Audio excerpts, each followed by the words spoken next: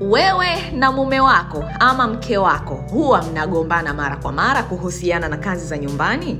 Sasa karibu nikufundishe namna nzuri ya kuweka mambo sawa. Unaambiwa bwana, mwanamke humtoza mume wake milioni 1.5 akisahau kufanya kazi za nyumbani.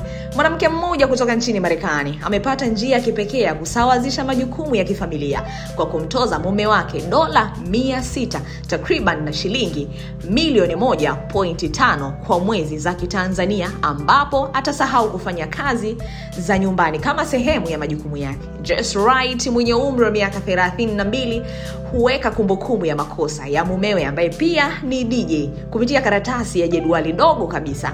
Kosa dogo kama kuacha dawa ya meno nje kumtoza hadi dola 5, huku kosa kubwa zaidi kama kusahau kiti cha gari cha mtoto hutozwa hadi dola 50. Mwanzoni DJ alishangazwa na utaratibu huu, lakini sasa anasema kwamba umesaidia kuweka amani nyumbani. Hapigi tena kelele na mke wake, na amesema kwamba nanukuu, "Mimi hulipa tu na mambo mengine yote yanaendelea kuwa sawa." Alisema hivyo wakiishi katika ndoa ya miaka 7 na watoto 3.